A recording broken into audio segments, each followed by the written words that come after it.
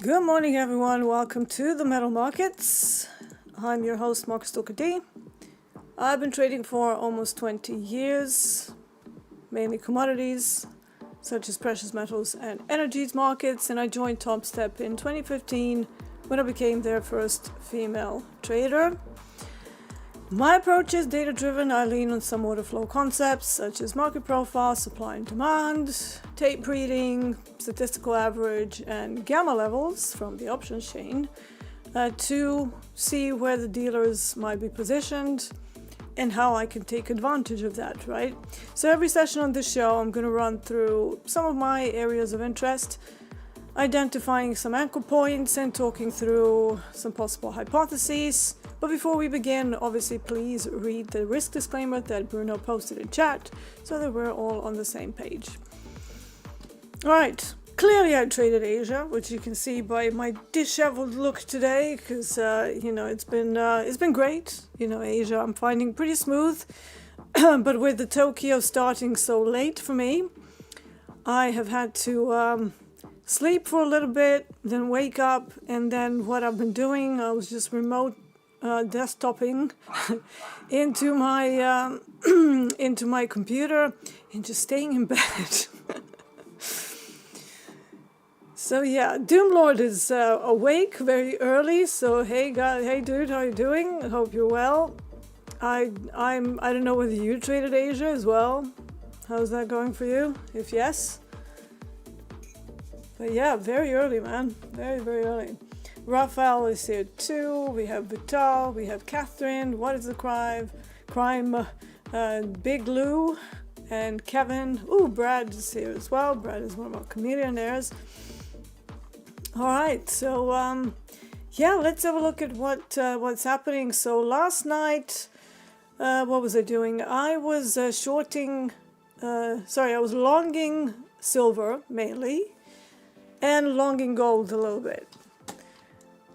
However, because I was sleeping through the Tokyo, so I slept whilst this move was happening. So this was Globex Open. We have the classic reversal that is typically a fake out, and then they start to reverse that. So I nicely slept from all of this, woke up around 1:30, and then grabbed this chunk halfway asleep through that. So I entered a trade, watched it for half an hour, then passed out, and then kind of woke up somewhere around this point at 6 a.m. when my cavalier usually wants to go out, so he scratches on the door and that wakes me up. It's my natural alarm, and that was the time for me to take off both my silver and my gold trades. And since then, I've been kind of sat on my hands, just waiting to see what this pre-market COMEX and NYMEX want to do.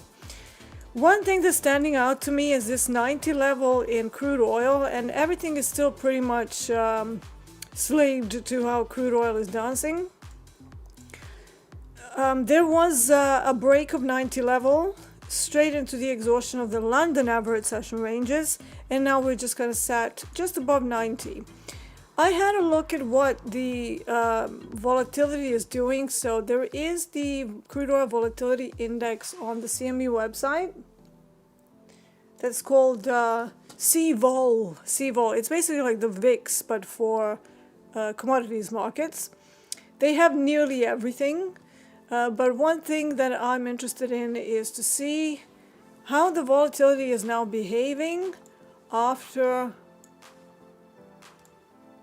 this break of 90, right? And the solid line here is the one that is showing the volatility, whereas the dashed line is the actual underlying price. So you can see that upon the break of 90, we had an expansion in volatility.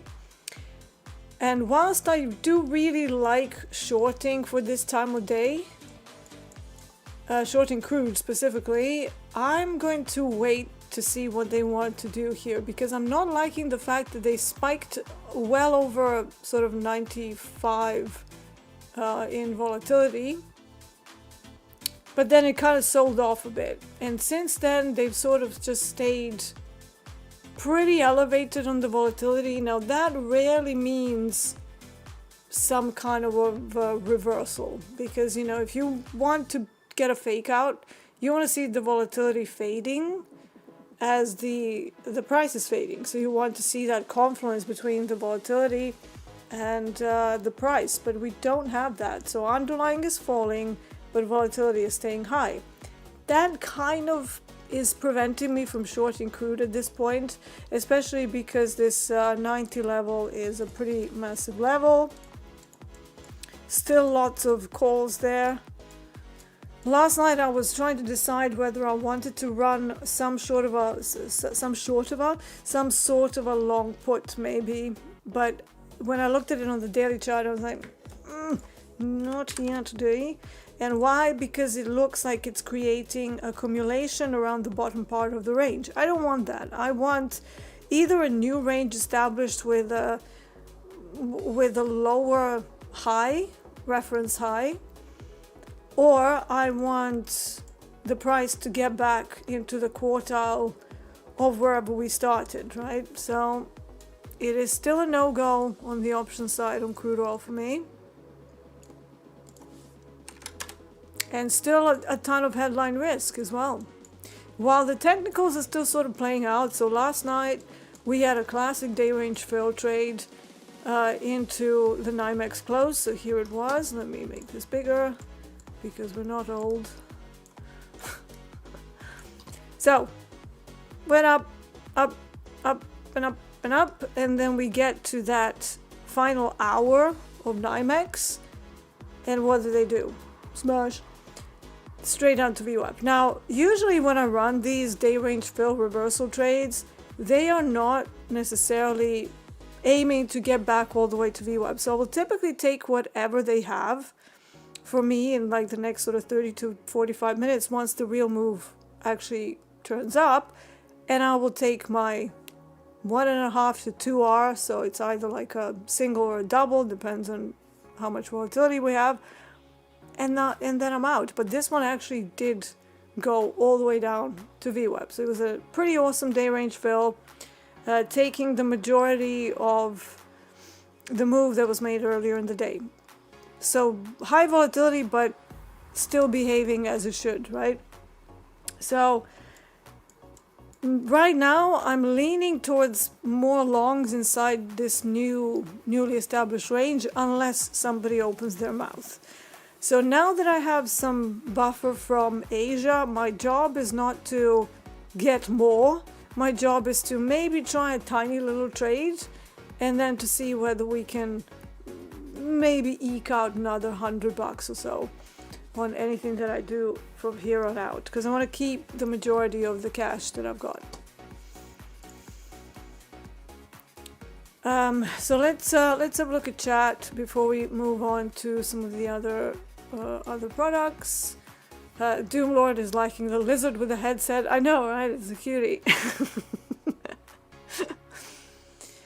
Let's see. Globex open. I couldn't sleep. I don't know why. I'm waiting for a sign from above or something. Yeah, we're all waiting for Trump's sign. All waiting for Trump's sign.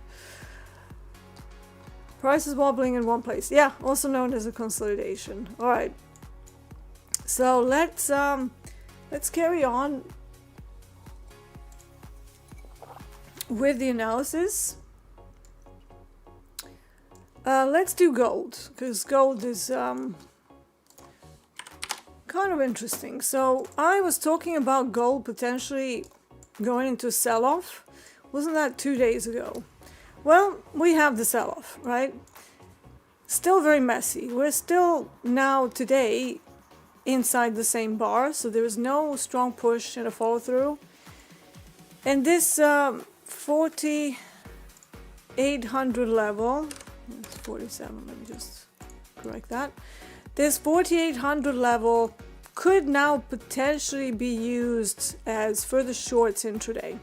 So that's also something that's preventing me from shorting crude oil right now. It's above 90. This one is below 4,800, and you can see those if you are into kind of co-integration strategies, which I love doing.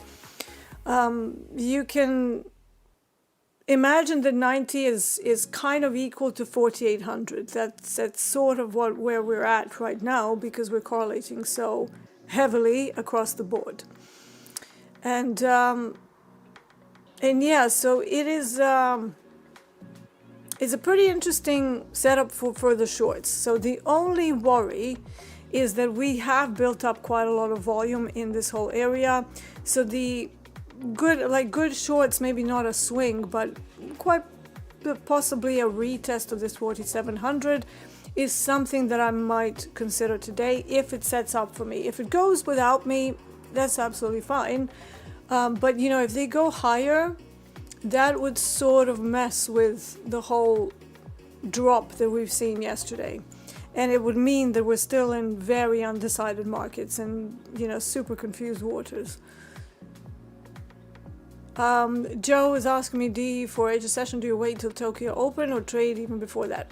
It really depends how the price behaves. Like, in theory, last night I should have been on this trending move up, because they started pushing pretty much even before Tokyo. So that happens sometimes. But since I was asleep, I couldn't do it. So I was waiting for a bit of a head fake of some sort once I got awake. And I got it in the second TPO, so B period in Tokyo. And then the push just kind of continued. Obviously, I'm watching tape as I'm doing this as well. And I generally want to see a fake out somewhere, whether that's at the beginning of Asia, of Globex, or right before Shanghai opens. That's a completely different thing. But a similar situation that will tell me when I'm supposed to be in on my trade. So if you get the fake out early and then they kind of start to go into a very clean reversal from VWAP, because remember that as Globex opens, VWAP is just starting to calculate. So if you get some volume that pushes away from it, that is kind of the first sign. But what sometimes happens is that you have a very, very flat open and nothing is going on. There is no volume, nobody's pushing, everything's super quiet. Now, on those days, I try to stay awake until literally like the first hour goes by of Tokyo, right? And then you typically have Shanghai stepping in with a lot of volume and really doing almost like a velocity logic thing. These days anyways. So we can see that it was, I think it was maybe on Monday. Was it Monday? Or was that last week? I'm kind of getting my days mixed up here. Oh no, here it is. Okay. So so this is what I'm saying. Where's the Globex open? Here it is. So let me make this quite big. So here's Globex open. Flat as a pancake, right? Nothing, no trend, no pushing, no morning star, no evening star. It's just like literally flat. At that point, you need to wait until you get something like this, right? And when does this happen? This is 2 a.m. my time right now. Usually if we are in the winter time, it's 1 a.m. Why? Because Tokyo doesn't change clocks. So that kind of will change throughout the year. We change, they don't. So because of that, you need to wait until that increase of volume, which actually represents kind of like an exhaustion volume bar. And if I mark this off, and then if we go to a lower time frame, if I can find this,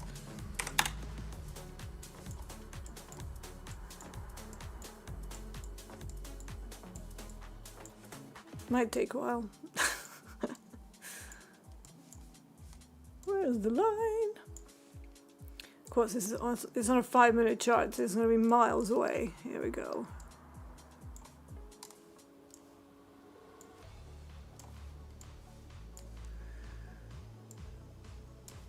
So you will see the exhaustion volume stepping in. So here it is, right?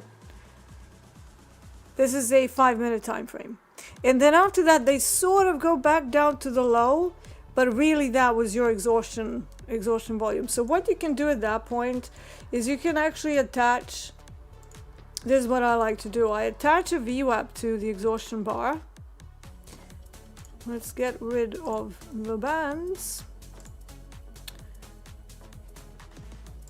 And I'm going to put it purple because I quite like my purple lines.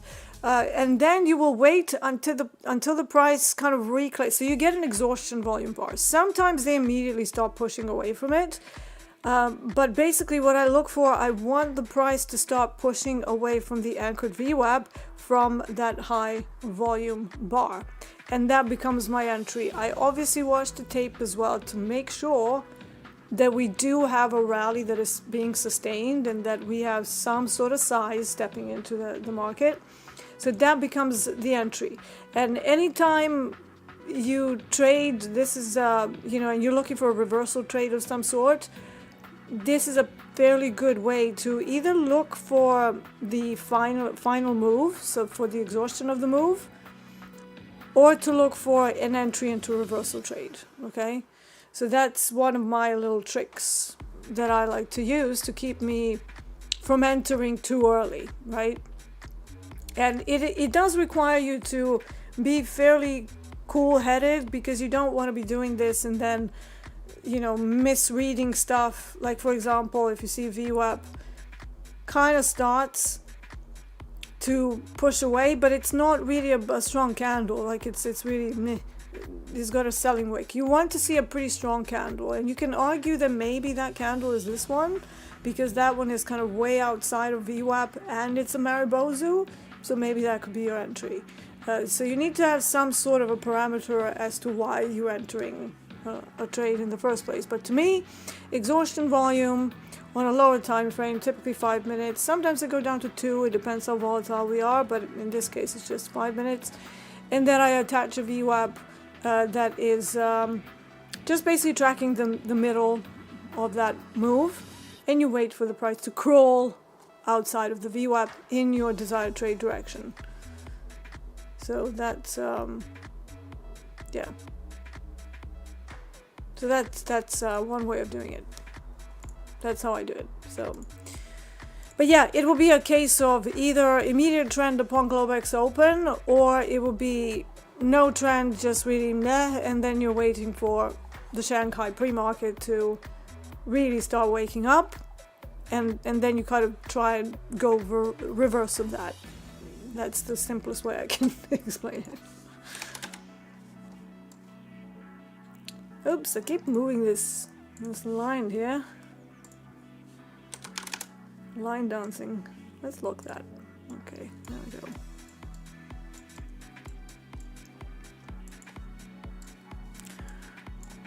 Alright, comparison rollover. I'm not even going to give it the time of day until we roll into the new month, and we're going to have a look at silver. Silver looks very similar to gold. In fact, they are so correlated at the moment, even on a 30-minute time frame, almost a correlation of a factor of 1, right? So whatever gold is doing, silver usually is a little bit late to the party, which is where the slight difference in correlation comes from. But you can almost kind of look at gold, and then on days when they're correlating a lot, you can effectively get to peek into the future for like a second or two. Because silver is like a little bit slow, so it's like, what is gold doing? And then it kind of starts finally moving. Silver levels that I have today, let's have a look.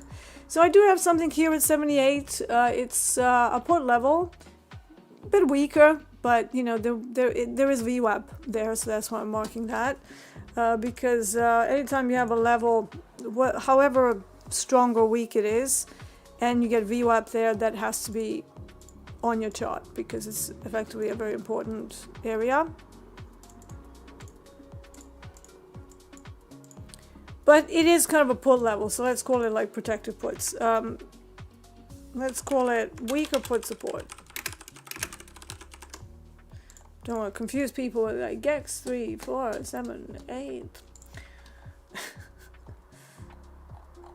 Alright, so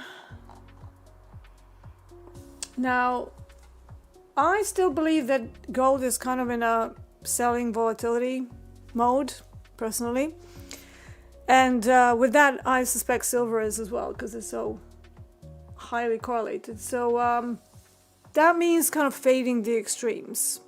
But it is in negative gamma when I look at the entire options chain. So for me, the name of the game both on silver and gold today would be to see whether they can maybe run it up to another relevant area and then to fade that. You can even see that already happening through the regular behavior of Asia into London, right? So you create the Asia high and then London kicks in and they sell it off. We hit VWAP, we're not able to break it, and then we are trying to rise back above 78. So what could happen is that we go higher. There is a bit of a chop zone around 78,500 and 78,550. That's exactly where they created this move. But we do have the London value area all the way up at 78.77. I didn't put it here, but I can maybe put the fixed range volume profile. And I'm using the TPO profile, but this will be similar enough, I suppose. Yeah, I need to change the colors of this. This is annoying me to no end because I don't see where the value is. And it's like, oh, volume up, volume down. But I want to see value. I want to see the value. Alright, this is a little bit better. But at the same time, I kind of want this opacity to go away. And I want this opacity to be a little bit stronger.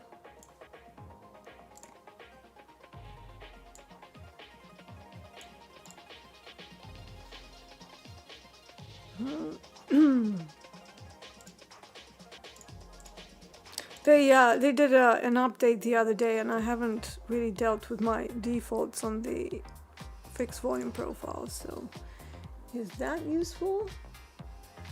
Still can't really see the value area here. So, let's lower this completely. Ah, that's why, because I've done it wrong.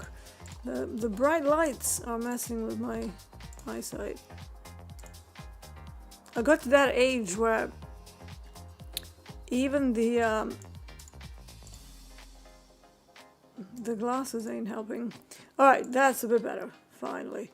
Alright, so you can see that the value area very, very similar on the volume profile as well as the TPO profile.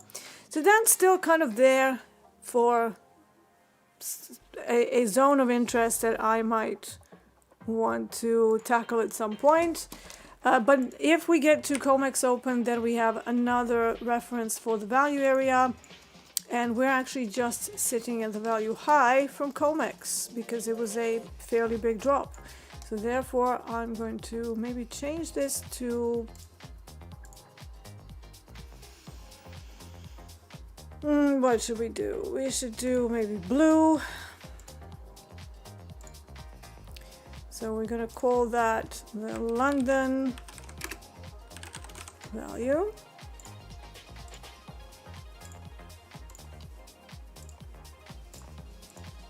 And then we're going to take the COMEX value and then drag it all the way to the end. And then do something similar with the rectangle. So we're currently sitting right above the value high from yesterday's COMEX, but this value is so massive. It is enormously massive. So what could happen is that by the time we get to COMEX in another hour and 25 minutes, we could be inside value. That will change my outlook for the day, and I would be leaning more towards a bit of a hangover day where, you know, you have an open inside value, neutral profile, and just basically not a lot of things happening. But the idea for the extremes of the ranges ranges. I've said that very weird. But the idea for the extremes of the ranges on the day still remains, okay? Do I have bookmap on my left monitor? On one of them, yes. So I actually have two monitors on my this side, right? And I'm flipped in the camera just because. So I do have it, and it's here. So I always have it.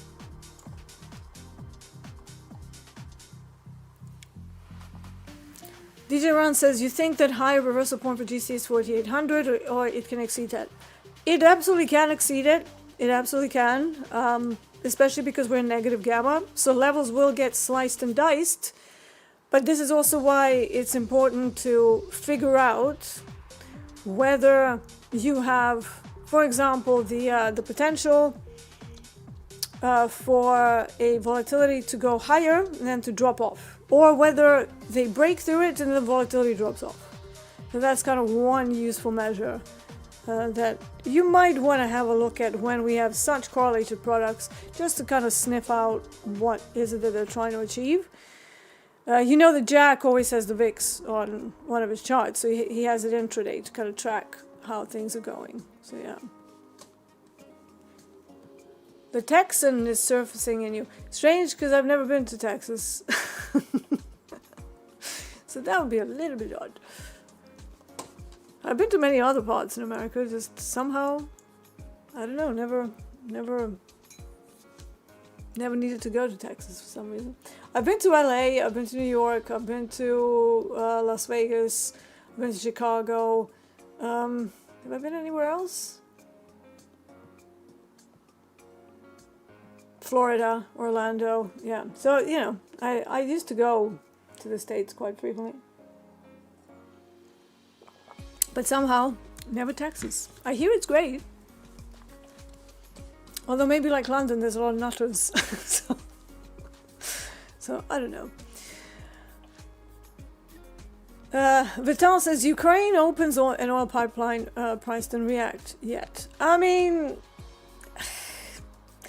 is that really such a big news? How much are they actually going to contribute to the actual production of barrels per day when we just had a huge demolishment of very important facilities that has diminished the production by 300,000 barrels per day, maybe even more. I haven't looked, but you know, I would say that that's a bigger piece of news on the supply impact than, oh hey, Ukraine opened a pipeline. It's like slow clap, Ukraine. So what is going on? So yeah, where do I check live open interest? Live open interest is very difficult. So if you look on the CME, you will get it once a day. And the reason why the actual open interest on the futures themselves is not a real-time thing, it's because it's very difficult to aggregate in real time. So anytime you come across an indicator that claims underlying futures open interest live, that's a lie. Not even CME, who runs the exchange, has that information until the end of the day. But open interest on the options is an entirely different thing. So that's basically just volume that's sitting at each strike. And that you can use any old options chain, right? You can use bar chart, which is delayed, but it is free. They delay it by about 15 minutes as a standard. Let's try doing a little GC.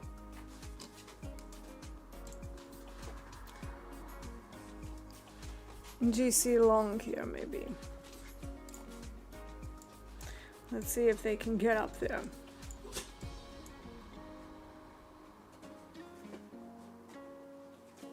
Otherwise, you can use like interactive brokers. They have all sorts of options chains. You can use Tasty Trade, literally anything that gives you access to an option matrix.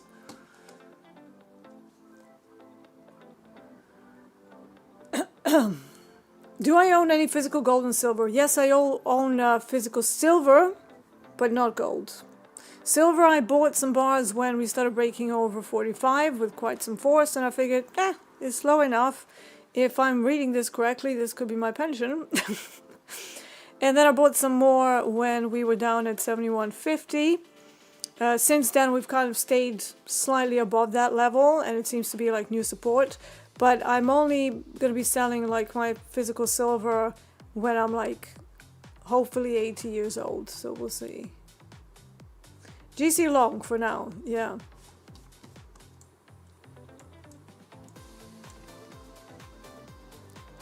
Unless somebody says something here, and then all hell breaks loose. So we have a reversal from the value high, similar to silver. So let's just pop in the fixed profile range from yesterday.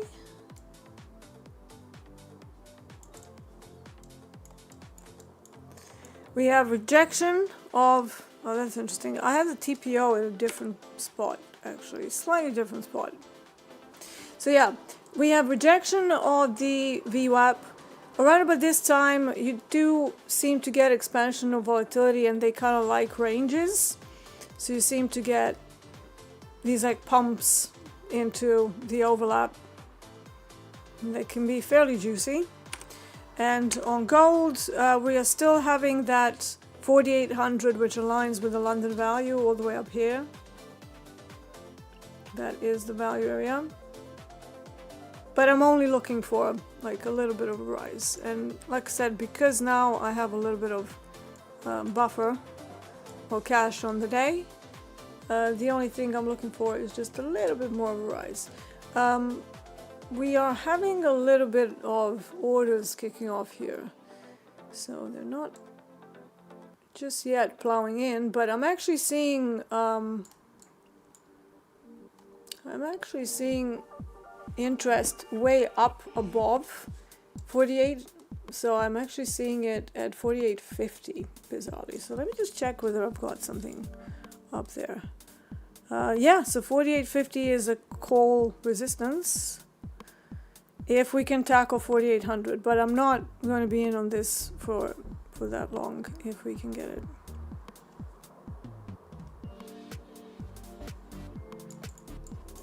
And if this is a range, then this is a terrible entry.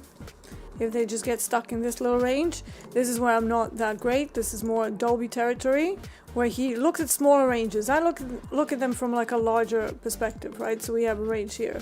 Here's the low, here's the high. So I'm kind of using that as a potential rotation back up. But if somebody opens their mouths, or if crude oil starts rising from 90, then this is not going to be so great.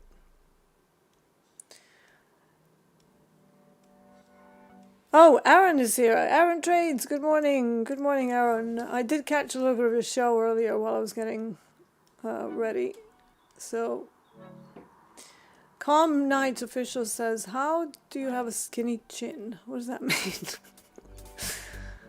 Can you have a skinny chin? I think it's just low body fat. Just low body fat, mate. Nothing else. I try to keep myself in reasonable shape, but because I can't exercise, I'm doing it all through diet. So yeah, we'll see whether this has any legs. Did I miss anything?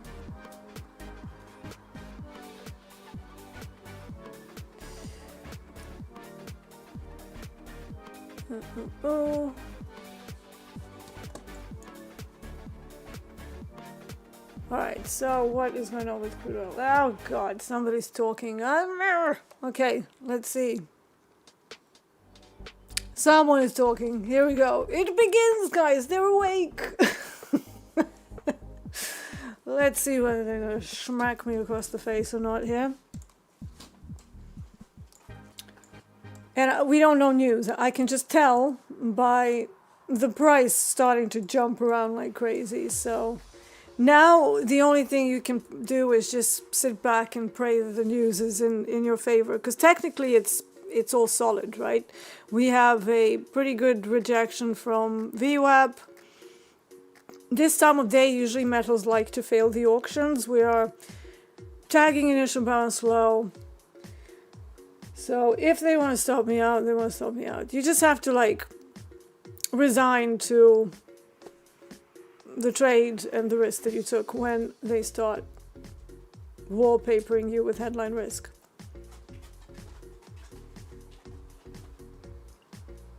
I'm still waiting. I'm still not seeing anything. So if anybody has news that they pay for and they see anything,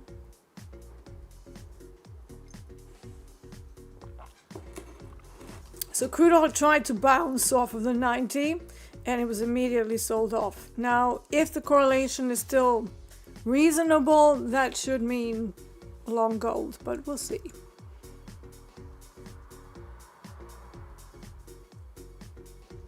We have some old news here.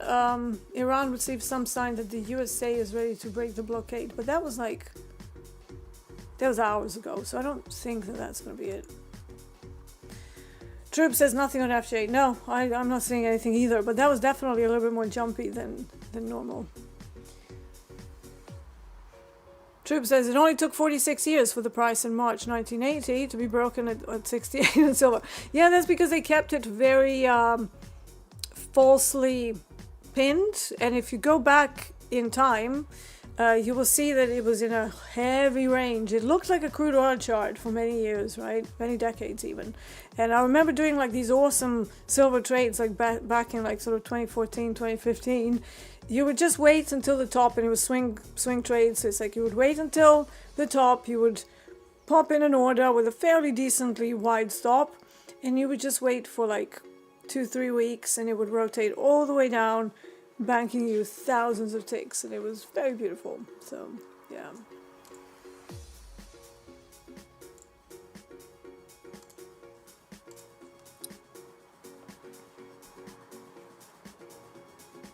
still not seeing anything.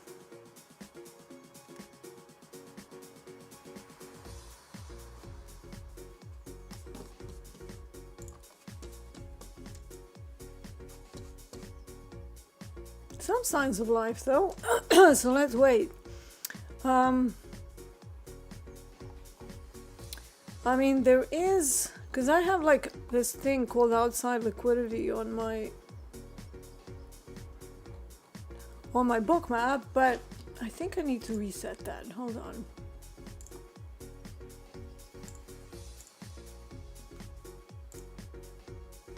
Yeah, okay, that's better.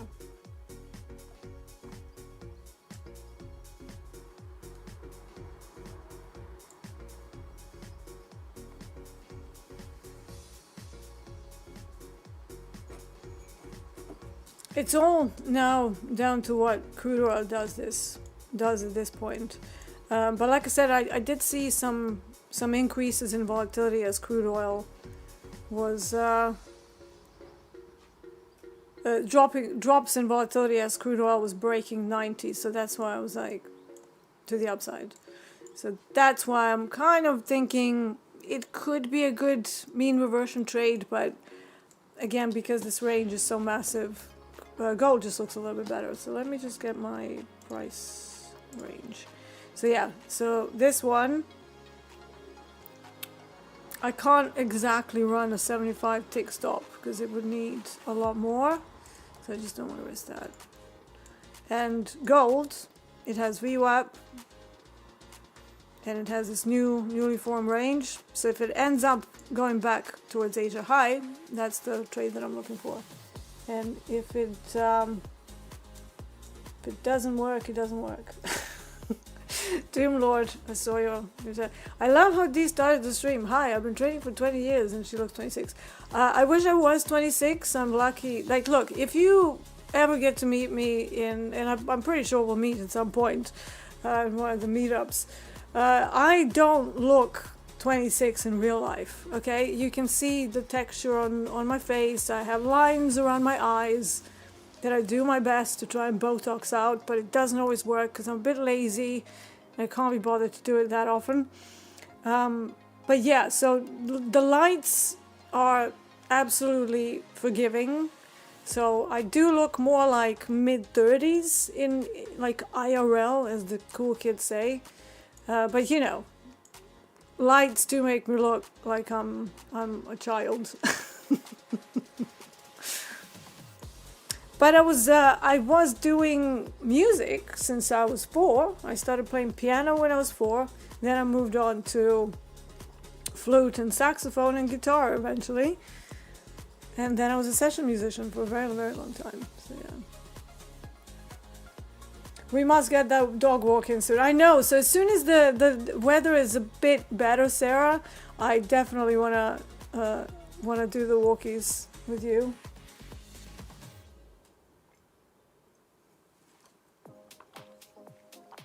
And you know, I try not to take myself too seriously. I am a serious person business-wise, but I, you know, on an everyday, I'm not like this ultra serious. And I think as a trader, you can't take yourself too seriously because we all have Muppet moments. You know, we all have bad decision making at some point. You know, you sometimes enter a trade and you go, oh my God, that is absolutely terrible. It's terrible. And then you just have to go to roll with it and go, all right. But one thing I can say, sunscreen, guys. Sunscreen. I think that's mainly what saved my face. Not that I do much sun. I don't really enjoy baking in the sun and like sweating your nuts off if you've got them.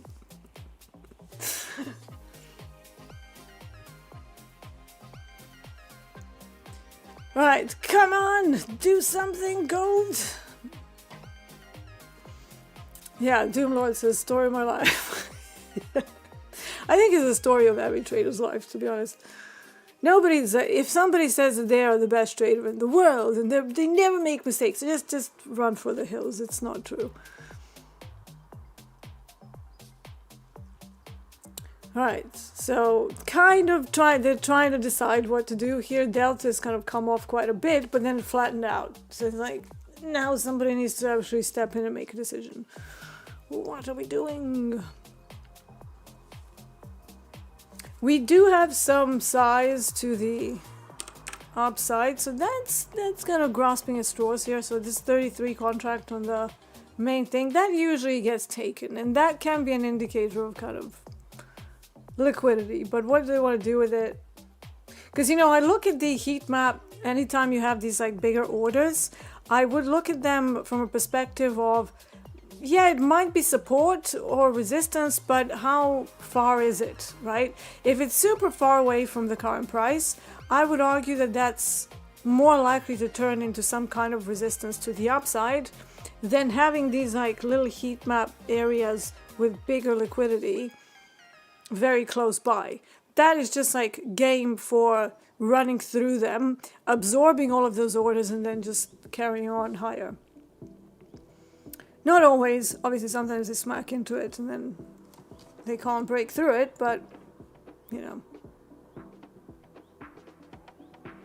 Doomlord, yeah, smiles and taking it on the chin like a champ. Exactly. You know, these people who are like, they lose and then they get horribly upset with themselves. It's like, stop throwing your toys out of a pram. It's one trade. If it was a controlled loss, it shouldn't hurt you. It's more of a bitch slap than a punch in the face. Just take it like a man. What's wrong with you?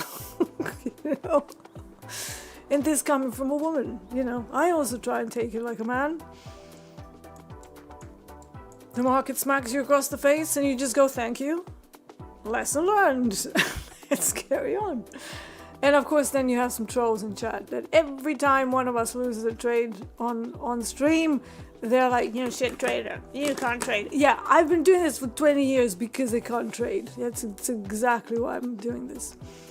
But, you know, the difference is that if you can take a loss like a champ, right, you are in a much better position to be a serious trader than somebody who claims they either never lose or they lose the plot when they do lose, while still claiming how great they are on the other side. It's like, you can't have both, right? But if you are okay with losses, and if you can train yourself to accept the risk and not to lose your shit when you do lose, That's a superpower that you need to develop as a trader. Absolutely. And it should be a superpower that you're proud of. Staying cool when the market gives you a smack on the face. Think about that. FXB Landy says, are you not live with Topstep? I was live twice. First one I dragged down. Second time around, I caught the summer, so that didn't really go very well. And I made a decision to just try and either go hard or to come back to the XFA because it was just like painful. The summer was last year was very, very slow for me. So now we are not live. We are XFA, but we've been live. And for now, I'm okay with the XFAs, so it's great. You know, whenever you're transferred to live, you kind of have to go back to trading with smaller size, and that is especially true now. Sorry, I've got a dog hair all over me. Especially true now that we have the new rules. So the way I'm looking at it, whatever you do, you're probably still going to end up with like 10 or maybe 15K in the live. So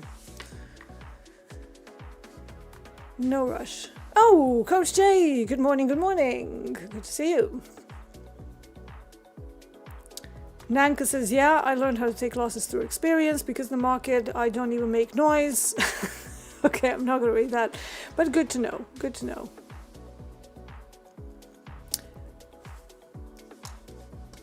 Can I check NQ? I mean, I can. I don't like it, but I can.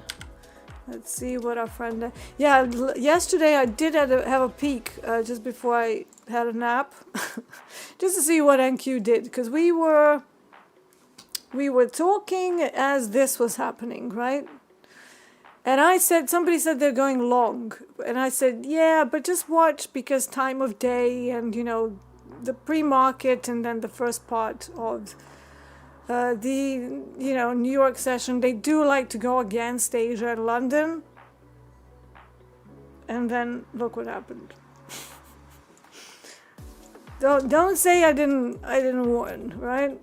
You can't. There's no advice, but just like suggestions. Maybe not the best idea to go long during this time, especially when Asia has been long and more longs and more longs.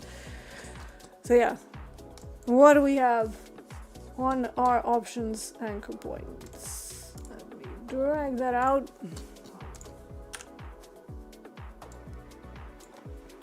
I mean, nothing much has changed. We still have that 27,000 holding on above current price action like your biggest nightmare.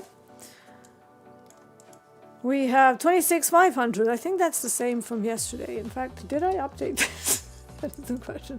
Hold on. Let me just make sure that I grab the new string for today. Because if that is not the case, then I'm looking at old data. No, it's the same thing. So very little change in like my own anchor points. Now remember, I look for anomalies where the swings might happen. We're kind of right in the middle of that. So nothing really. Yeah, it's literally at the same level that we were yesterday. So no change whatsoever. Is it going to be copy paste today? Asia took it higher in a slow grinding way. Is the pre-market going to sell off? I don't know. Depends on the tape bombs because everything depends on Trump tweets today. So I'm not seeing really anything here. We are currently... Are we inside value? So we're currently above value. Very similar situation to yesterday. So value area high sitting at 26,789 roughly. And pre-market London, so into the late Asia session, they tried to go lower, bounced away from it, and now they're just hanging flat above VWAP. Where was Asia high? That was Asia high. Yeah. That was the same major high yesterday. It's like literally, then nothing changed. So yeah, what did it do for the initial balance extensions and the like? Let's have a look. Maybe that'll be different. Oh yeah, so that is a bit different. So yesterday it was a neutral day type. Today they are actually doing the same thing that gold is doing. So we had an expansion of the initial balance to the downside. So that happened during this pin bar, that test below the VWAP and the initial balance. And then they kind of extended it by about 1 time size of the initial balance, but now we're back into it. So we've already rotated through the initial balance prior. This is now potentially just a range. Wouldn't be surprised if it goes into another long and creates a neutral day and then fails again, rotates back the other way when we start coming back, getting closer to the New York session open.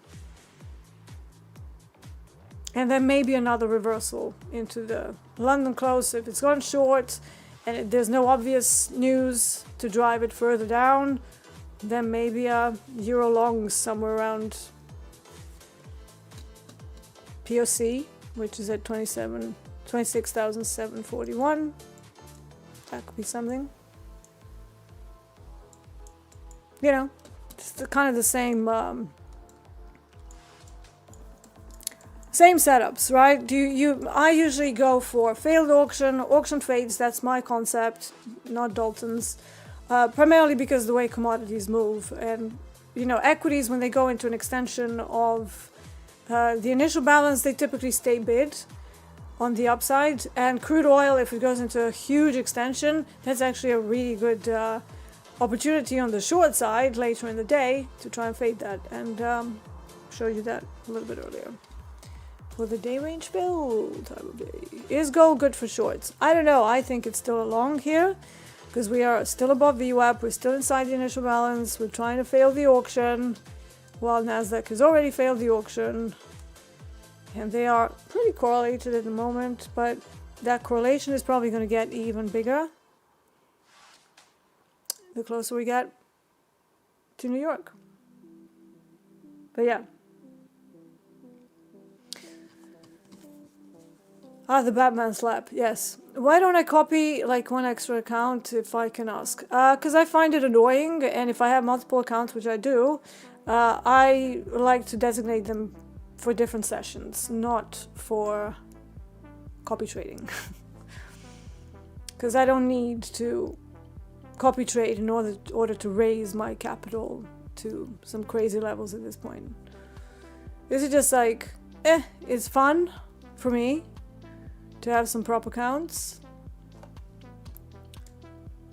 but I have a lot of other trading activities where the prop income is it's fine, it's fun, but it's not like I'm living off the prop income. I live off of the mechanical trading algorithms and a couple of other businesses that we also have. So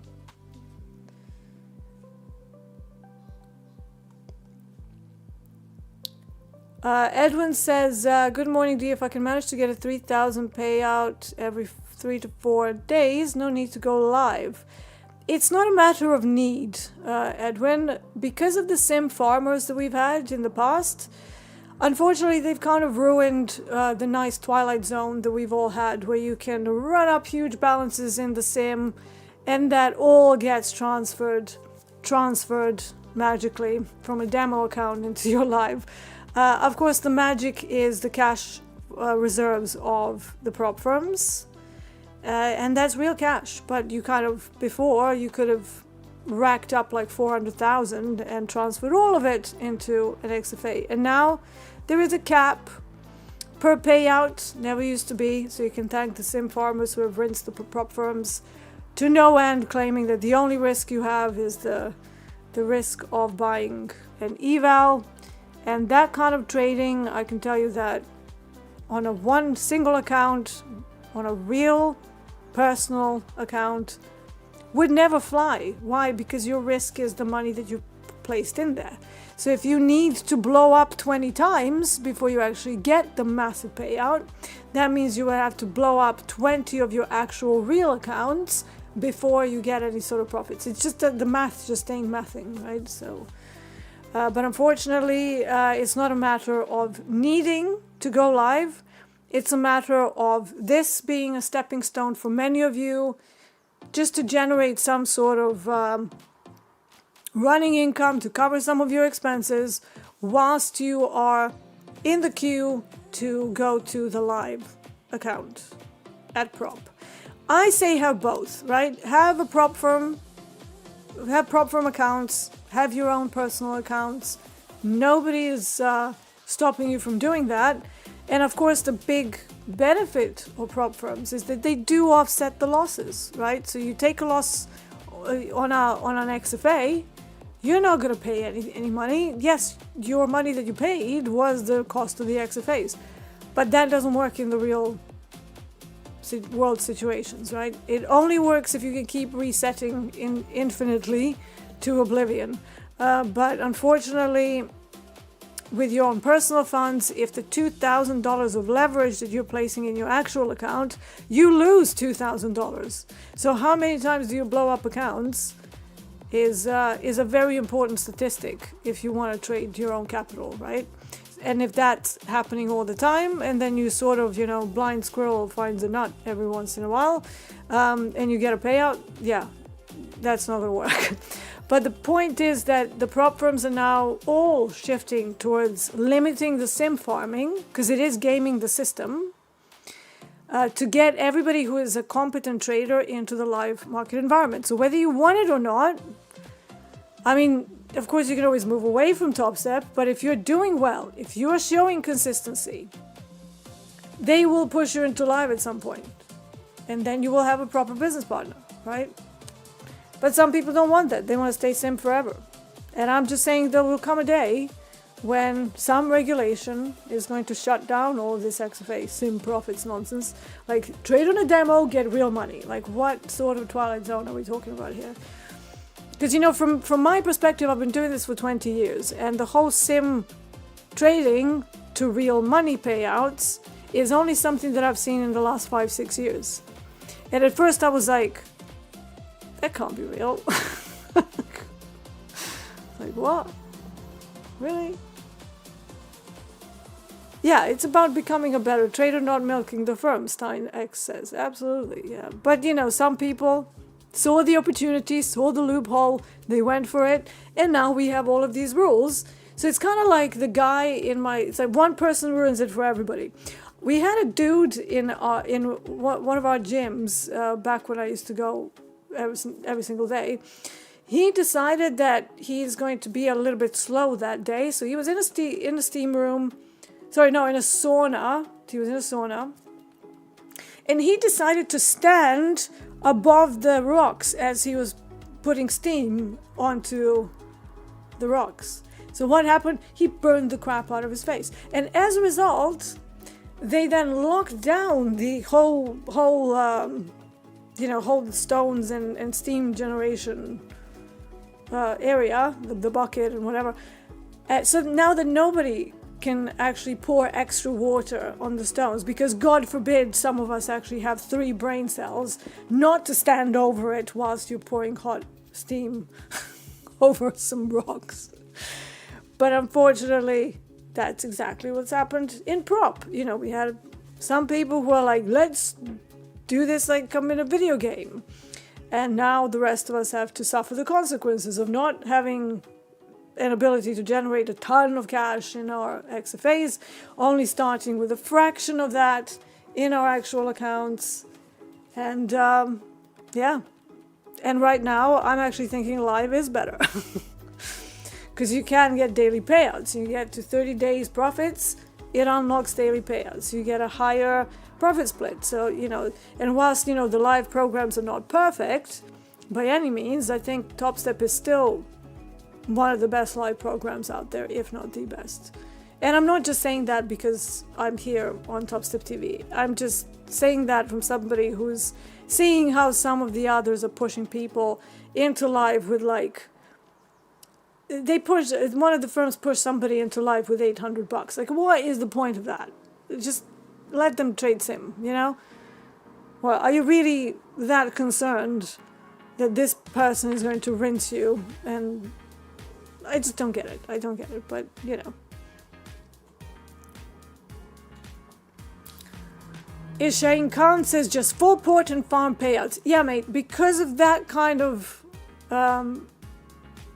mindset, now those of us who didn't game the system and want to be fair, now we can't generate larger sums in the XFA because of that mindset.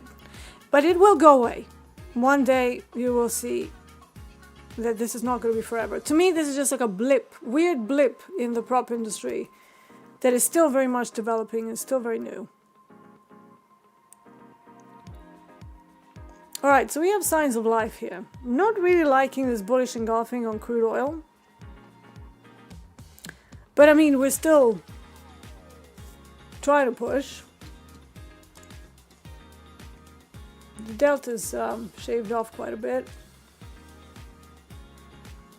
There's still like a general slight negative delta overall on the outside liquidity, but for now they seem to want to try and push higher. They're not particularly successful at the moment, but technically we are trying to fail the auction now on gold. And why do I say that? Let's put the initial balance lines here.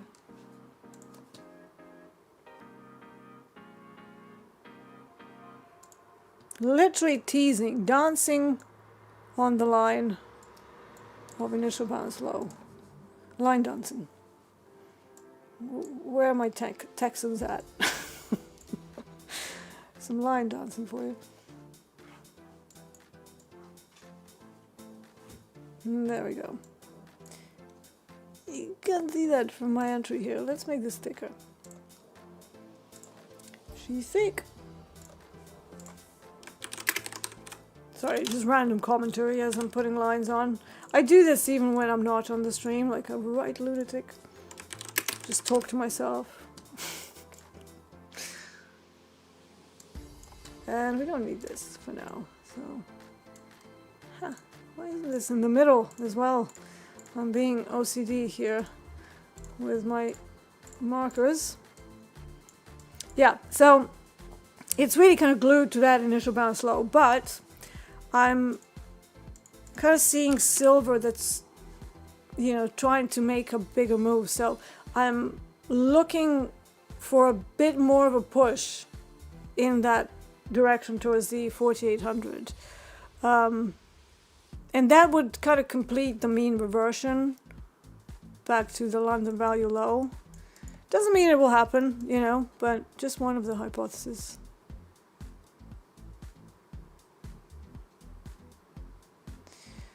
Mo Avery says, D, I don't understand why people prefer XFA over live. Are there disadvantages? Well, yeah, one account in live. You can't have multiple accounts. So obviously if you mess up one XFA, you can go to the next one. There's no resets as well. You know, XFAs, you have resets, you have back to funded, which does cost, you know, arguably arm and a leg, but it is there as a sort of a second and third chance.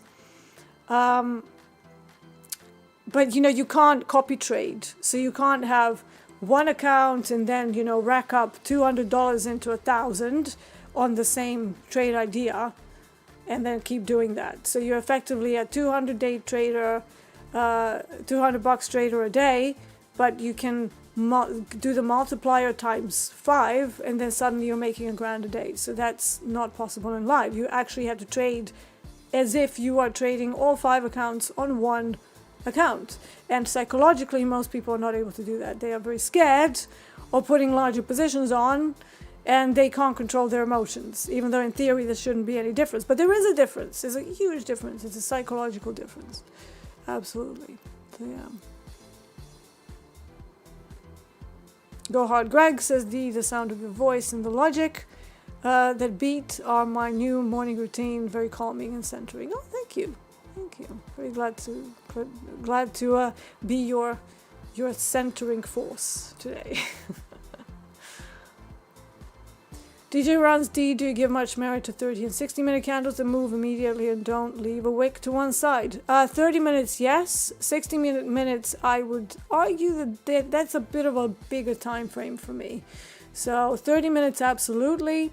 If they don't leave much of a wick in the right context, that would be a little bit dangerous. But there is a caveat.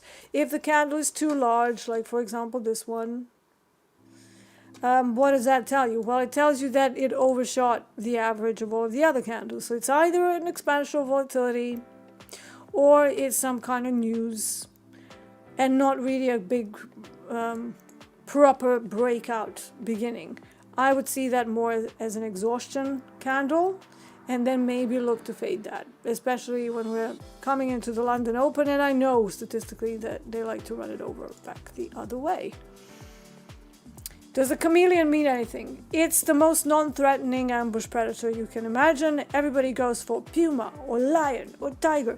Did you know that lions only have a maximum 30% success rate? So I don't really understand why scalpers use lions for their thing, because scalpers traditionally need higher accuracy to make things work over long periods of time and expected value.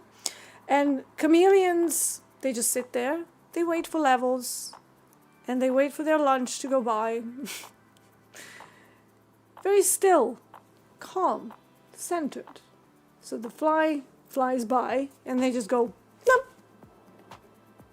And then they carry on sitting down. It reflects my trading style. So I am considered to be a market stalker D for a reason, right? Because I sit, I wait for levels. When I see something of interest, I might get involved, but I also commit to the risk. I don't, most times won't mess around with stops, especially if it's not doing what it's supposed to be doing. I might exit early sometimes if we run out of time for the trade, which is traditionally for me about 90 minutes. So if the trade is still alive for 90 minutes and it hasn't gone anywhere, that would be like my early exits. Like, okay, let's kill it. But I'm extremely patient. I generally don't freak out. I try to always trade at the same time of day with the same hypotheses. There are 3 or 4 hypotheses on both sides. But yeah, I wanted something that is non-threatening, like, you know, a little tiny cute reptile with like weird eyes and strange colors and, you know, changes moods when it's a little bit afraid, but generally sits there and waits for the lunch to come to him. So no chasing, no craziness, no nothing. Just chilling on the branch while we wait for levels. And that's a perfect analogy for what I do. Coach Ray's Lazy Lion. Yeah, Lazy Lion. That's right. Coach Ray is actually one of my very early market stalkers. He has a different style than me now, but at one point he came to me. He's actually one of the guys that just needed like one tiny change, and he immediately turned things around in a month. I think I had one person before him that did that, and nobody since. Everybody takes typically 3-6 months, sometimes a couple of years to get really with it. And yeah. Peter, for gold, when it comes to swings rather intraday, I'm more short biased, okay? But this is like way too early in the day to be doing that. And the reason why is because we did have a pretty big reversal. So, you know, this trade is against that, where you're basically looking at the big bearish engulfing that happened yesterday. And I talked about it. I said it's probably going to go, you know, into some sort of a liquidation phase. But today, because it's going into the overlap, it bounced from VWAP. I'm thinking, well, we might have a good chance to retest 4,800 and then maybe run a swing short, maybe. But everything is in inside bars, it's all jumbled. If I switch on the visible range volume profile, this is a very thick area of volume. Nothing really to drive it either way, right? Only if we actually start moving outside of this whole area, I would be a little bit more inclined to do anything with this swing-wise. Maybe towards the end of the day, if we're still hanging around 4,800, maybe that's some kind of a long put, protective put sort of thing. But just as a punt, I wouldn't do a short call because if the deal comes, gold has been reacting to the upside with any positive news coming out of Iran. So that would be against what I'm trying to do here. And we're out. Okay, so smack on the face. I'm not going to try again because, again, I'm going to wait and see what happens later. Initial balance did not give a failed auction in this case, but we still have VWAP reversal, so I'm absolutely okay with losing that one. And now it's time to wait and see what the day brings. There's no more trading at this point. We're coming into a very dangerous area when a whole bunch of weirdness is happening. So yeah. Can I go over my bookmark settings? Actually, Robert, we don't quite have time for that, but I do have my own YouTube channel where I went over my bookmark settings. Can you imagine that? So this is where my own YouTube channel is pretty useful. It is Market Stalkers, so I think it was like maybe third video back, and I was still not taking my medication, so I still look like a sick person, but I think I was still presentable. I don't know, yeah. So I do go over which indicators I'm using, add-ons as they're calling it, and what are my bubbles, where to find CVD, like a whole bunch of things. So rather than me drowning everybody with yet another repeat of that video on this stream, you can always go and check out my actual channel, Chanel. How did I learn trading? I started off learning trading from a friend who was a trader and who said to me, Dee, have you tried trading? And I said, me, a trader? Because I was a session musician back then. For a long time at that point as well. But I was kind of getting a little bit fed up with the music industry, and he said, yeah, you should look into trading because you have this natural intelligence, and I reckon you'd be pretty good because of your pattern recognition skills as a musician. And I was like, but it's all math, isn't it? I'm not really, And he goes, no, it's not all math. A lot of it is patterns.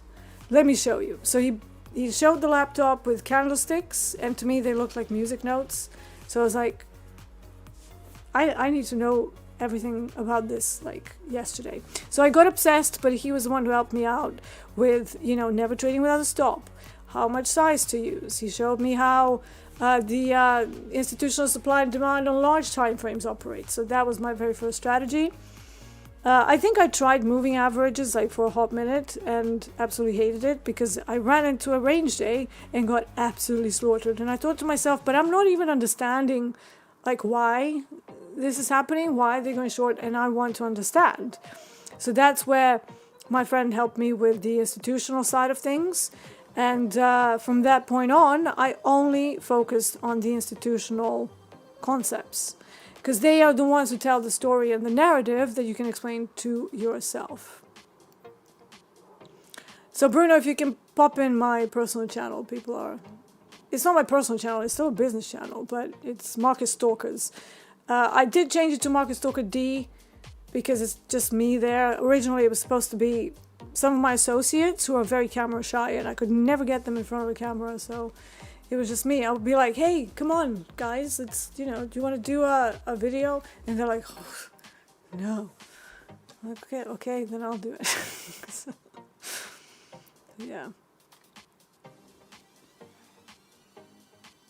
So what happens when someone has multiple XFAs and then they get pushed to live? Does Topstep close all their XFAs and leave them? Yes. So what will happen is that all of the balance in the XFA is aggregated, and then they give you 20% of that to begin your live. You can unlock the rest of the balance upon you proving that you won't F it up in the live. Okay, so then you can unlock, like if you got a 50K for every 3K made, you unlock another 20% and another 20%. And you can also earn milestones as you go along. But it's all one account, so if you can't trade in one account without blowing up every week or every 2 days, you're probably not ready for live yet. So yeah. it is definitely very different because your fills are nowhere near as perfect.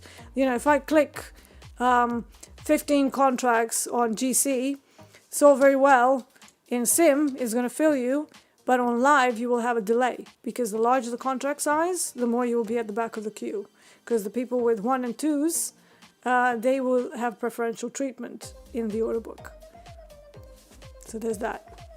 Forget about scalping in and out, in and out, because it ain't happening in live. Is there a cap to the maximum amount that can be withdrawn? Not necessarily, but there is a cap per payout, which is 5K. Or 6K if you would go for the consistency rule. So yeah. Lido says, D, let's make a song, me, you, and Dolby. Well, we're going to need Hogue, Jay, and Jack in there as well, because they're all musicians. Don't know whether you know that. Jack is a keyboard player, pianist. Hogue was a bassist and a guitarist. But yeah.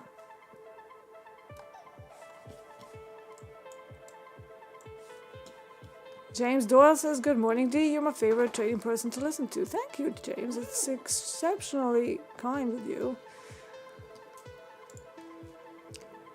Douglas says, liquidity is real. It depends how you trade on fills and psychology. Don't worry about it so much. Just trade well. Yeah, exactly. Yeah, but if you've never done the live trading, it is a different ball game for sure. So yeah, on my own channel, because Scott says I just subscribed to Marcus Lucas, thank you. Check it out later today. There's a load of content there, but in my old house, I only had like a tiny little room that had terrible lighting. So I had to use a very bad green screen, and I could never control lighting in there. So green screen is pretty terrible. But since last year, I've actually changed the houses and yeah, earrings. Earring one says, I like your guitar with the paw prints. Yeah, that's actually, I see you found my D Nicks videos. So my guitar is actually the Ibanez JS 1200 lefty, and I have specialized paw prints for the frets. So yeah, it's pretty good. Anyways, let's finish it up. My dogs are back. We do have 12 minutes, but I have no plans to do more trading because I want to keep the most of this cash for myself. And I might trade maybe something during group coaching. I might go into a combine. I don't know. Let's see what the day brings and how much headline risk is around. But I would like to keep almost $1,000 here to my name and just carry on trading Asia, I suppose, for now. And here we go with the craziness of my dogs back from doggy school. That's it for now. I will be in group coaching, like I mentioned, and I will see you in a little bit. This was the Metal Markets. Thank you all so much for being here this early in the morning, because I know it's not that early for me, but it's early for quite a bit of you. Those of you who are over in the US. So I really appreciate it. I really, really appreciate you spending time with me. So yeah, let's... how have you been trading so... Yeah, here we go. Before I sign off, here is one of the trolls I was talking about, right? So Yoda, how have you been trading so long, but trade like dog water? This is what I'm saying about any one of us. And you've obviously not been here before when I said... If your losses are controlled and you can maintain your composure and it's a lot less when you lose, that is a superpower. But no, here we have Yoda coming in hot with the fact that I don't know how to trade. Listen, on this channel I've shown my stats like a million times, right? If you're so good at trading, let's see your stats. And it's always this whole, oh, they suddenly go quiet and then you never see them again when you call them up. But yeah. So anyway, ending it with a lovely troll on a Wednesday morning.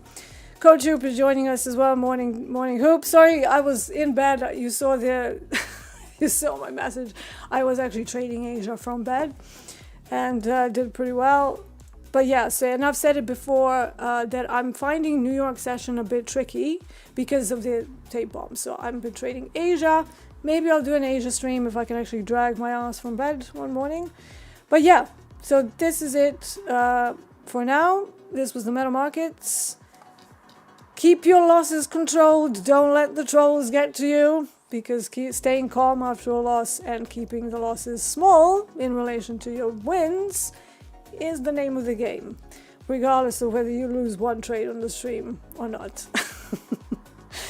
That's all I have for you today. This was the Metal Markets. I'm Market Stalker D, and I will see you for group coaching. Take care.